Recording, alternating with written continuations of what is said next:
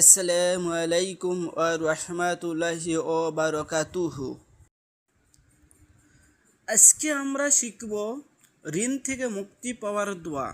যদিও তার ঋণ পাহাড় সমান হলেও আল্লাহ তাকে সাহায্য করবেন ইনশাআল্লাহ। দোয়াটি হচ্ছে আল্লাহুম্মা কফিনি বিহালালিকা আন হারামিকা ওয়া আগনিনি বিফাদলিকা আম্মান সিওয়াক। এই দোয়া অর্থ হচ্ছে, হে আল্লাহ, হারামের পরিবর্তে আপনার হালাল রুজি আমার জন্য যথেষ্ট করুন।